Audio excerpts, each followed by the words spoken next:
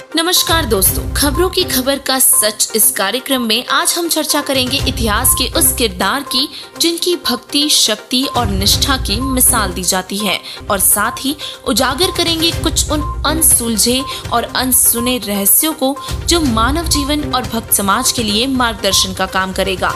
तो चलिए शुरुआत करते हैं। दोस्तों, संकट मोचन के नाम से प्रसिद्ध हनुमान जी को कौन नहीं जानता। पवन पुत्र हनुमान जी श्री रामचंद्र जी के परम भक्त थे, पर आपको ये जानकर अचरज होगा कि हनुमान जी ने अपने मोक्ष के लिए दशरथ पुत्र श्री रामचंद्र जी की पूजा भी त्याग दी थी। जी हाँ, यह सच भक्त समाज के लिए काफी आश्चर्यजनक है। लेकिन क्या आप जानते हैं कि उन्होंने ऐसा क्यों और कब किया? अब तक हम यही जानते हैं कि माता सीता को रावण की कैद से छुड़वाने के लिए हनुमान जी का बहुत बड़ा योगदान रहा है। लेकिन उसके पश्चात क्या हुआ? अयोध्या त्यागने के पश्चात उनका जीवन किस प्रकार का था? उनके जीवन के इस रहस्य से पर्दा उठाने के लिए यह खास कार्यक्रम केवल आपके लिए। सबसे पहले हम बात करते हैं हनुमान जी के जन्म की।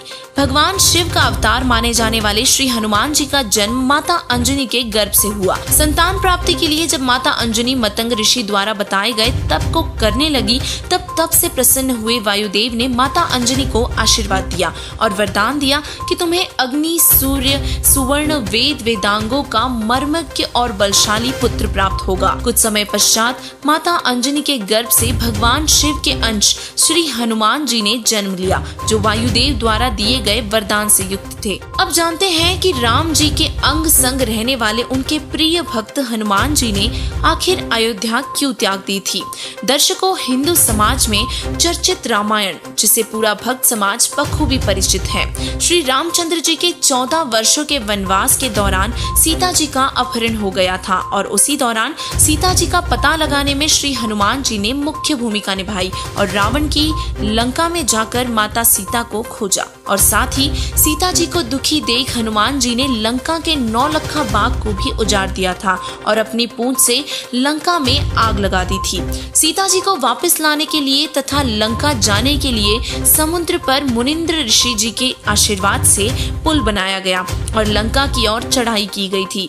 राम और रावण का युद्ध हुआ और रावण की हार हुई और माता सीता को अयोध्या लाया गया। तो आइए अब जानते हैं कि सीता जी ने क्यों कहे थे भक्त हनुमान जी को अपशब्द। रावण की कैद से छुड़वाने के बाद सीता जी ने राम जी के कहने पर अग्नि परीक्षा दी और सफल होने के बाद राम जी के साथ अयोध्या लौटी। उसके बाद खुश होकर एक दिन माता सीता ने उपहार स्वरूप मोतियों की माला हनुमान जी को भेंट में दी थी।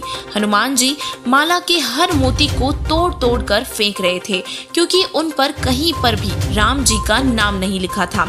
सीता जी को उनका ये व्यवहार अच्छा नहीं लगा और सीता जी ने हनुमान जी को बहुत कटु वचन कहे कि तू रहा बंदर का बंदर। यह सब सुनकर हनुमान जी बहुत दुखी हुए और अयोध्या त्याग दी थी। अयोध्या त्यागने के बाद एकांत स्थान पर बैठे हनुमान जी का मन बहुत ही विचलित था। उन्हें संसार में कोई अपना नहीं दिखाई दे रहा था और उसी समय एक ऋषि जी हनुमान जी के पास आए और उनसे राम राम कही। हनुमान जी ने ऋषि जी को देखा और सोच में पड़ गए। तब ऋषि जी ने उनके पास बैठे और उन्हें याद दिलाते हुए बताया कि जब आप सीता जी का कंगन लेकर आकाश मार्ग से श्री रामचंद्र जी के पास जा रहे थे और जिस स्थान पर पृथ्वी पर उतरे थे वहाँ एक पर्वत था जहाँ एक सुंदर बाग और स्वच्छ जल का सरोवर था और वहीं पास में मेरी कुटिया थी। मैं वही ऋषि हूँ। तब हनुमान जी को वो दृश्य याद आया। यह हनुमान जी के जीवन का पहला अनसुना वृत्तांत है। जिस समय हनुमान जी सीता जी का कंगन लेकर आकाश मार्ग से जा रहे थे और पृथ्वी पर एक पर्वत पर उतरे थे, वहाँ एक ऋषि जी की कुटिया थी। पास में स्वच्छ जल का सरोवर था और फल फूलों से भरा एक सुंदर बगीचा था। हनुमान जी को भूख लगी थी। सोचा कि स्नान करने के बाद कुछ फल खाऊंगा और इसीलिए स्नान करने के लिए सरोवर में उतरे और सीता जी के कंगन को पास में एक पत्थर की शिला पर रख दिया और स्नान करते करते उस कंगन से नजर नहीं हटाई कि कहीं कोई उठा न ले जाए। वह कंगन उनके लिए बहुत जरूरी था, क्योंकि सीता जी की निशानी श्री रामचंद्र जी को भी देनी थी। इसीलिए हनुमान जी स्नान करते समय भी कंगन पर नजर रखे हुए थे। तब अचानक एक बंदर उस कंगन को उठाकर वहाँ से भाग जाता है और हनुमान जी उसके पीछे भागे। वह बंदर उस ऋषि की कुटिया में प्रवेश करता है और आंगन में रखे घड़े में कंगन डालकर वहाँ से भाग जाता है। हनुमान जी की सांस में सांस आई। हनुमान जी ने जब घड़े में देखा तो उसी कंगन जैसे बहुत सारे कंगन उसमें पहले से ही पड़े हुए थे। दुविधा में आकर कुटिया में बैठे ऋषि जी के पास गए और राम राम किया। ऋषि जी ने कहा, आओ अंजनी पुत्र, मैं आपकी ही प्रतीक्षा कर रहा था। अपनी पहचान ऋषि जी के मुखकमल से सुनकर हनुमान जी आश्चर्य में पड़ गए, पर अपनी परेशानी के कारण उस विषय में नहीं पूछा और अपनी समस्या बताई। तब ऋषि जी ने कहा कि हनुमान जी, आप कौन से श्री राम की बात कर रहे हो?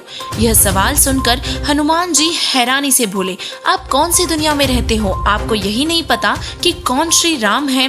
क्या और भी है श्री राम? मैं राजा दशरथ के पुत्र श्री राम जी के विषय में बात कर रहा हूँ। ऋषि जी बोले, मैं भी उसी रामचंद्र की बात कर रहा हूँ। ऐसे दशरथ पुत्र राम करोड़ों उत्पन्न होकर मर चुके हैं और इसी तरह राम को वनवास होता है, सीता का अपहरण होता है और इसी तरह आप जैसे हनुमान सीता जी की खोज करके आते हैं। दर्शकों, अब आपको भी जरूर यही लग रहा होगा कि ये सब झूठ है, लेकिन यही दशा हनुमान जी की भी थी। हनुमान जी को गुस्से में देखकर ऋषि जी ने पूछा कि आप मेरे पास किस लिए आए हो? तब हनुमान जी ने सारी बात दोहराई और अपनी समस्या बताई कि आपके घड़े में बहुत सारे कंगन हैं, मैं पहचान ही नहीं पा रहा हूँ कि मेरे वाला कंगन कौन सा है। ऋषि जी ने कहा, ये सारे कंगन आप जैसे हनुमानों द्वारा ही लाए उन सीताओं के हैं जो कि पहले वाले श्री रामों के साथ महाकष्ट भोग चुकी हैं। आप कोई एक कंगन उठा ले जाइए जो वर्तमान वाली सीता के कंगन से मेल करेगा। तब हनुमान जी ने पूछा कि मान लो कि ये कंगन उन सीताओं के हैं और ऐसे ही श्री राम हुए हैं और ऐसे ही हनुमान यहाँ आए हैं, तो जो हनुमान आता होगा वो कंगन भी ले जाता होगा, फिर इस घड़े में ये कंगन कैसे? हनुमान जी ने ऋषि जी से कहा कि आप मेरी दुविधा दूर करो। ऋषि जी ने घड़े की खासियत के बारे में बताते हुए कहा कि इसमें जो भी वस्तु डाली जाती है वो एक जैसी दो बन जाती है। ऋषि जी ने घड़े में एक पीतल की कटोरी डाली, डालते ही दो एक जैसी कटोरी हो गई। हनुमान जी ने दोनों कटोरी ली और जांचने लगे, दोनों एक जैसी ही थी। तब ऋषि जी ने कहा कि हनुमान जी, आप निसंकोच कंगन ले जाइए और रामचंद्र से पहचान करवाइए। तब ऋषि जी हनुमान जी से कुछ वार्तालाप करने लगे और उन्हें तत्व ज्ञान समझाने लगे।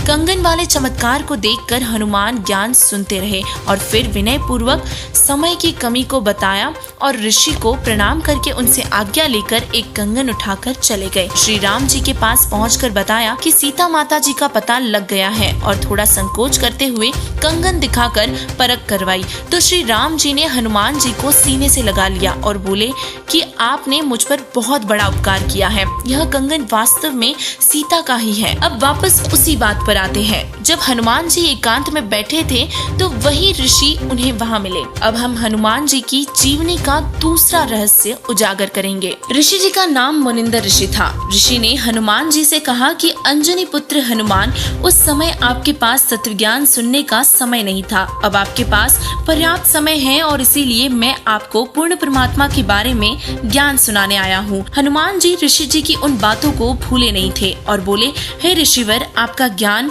मैं रुचि से सुनूंगा। तब ऋषि जी ने हनुमान जी को सृष्टि रचना सुनाई। हनुमान जी बोले कि ऋषि जी, यह ज्ञान पहले कभी नहीं सुना, कैसे विश्वास करूं?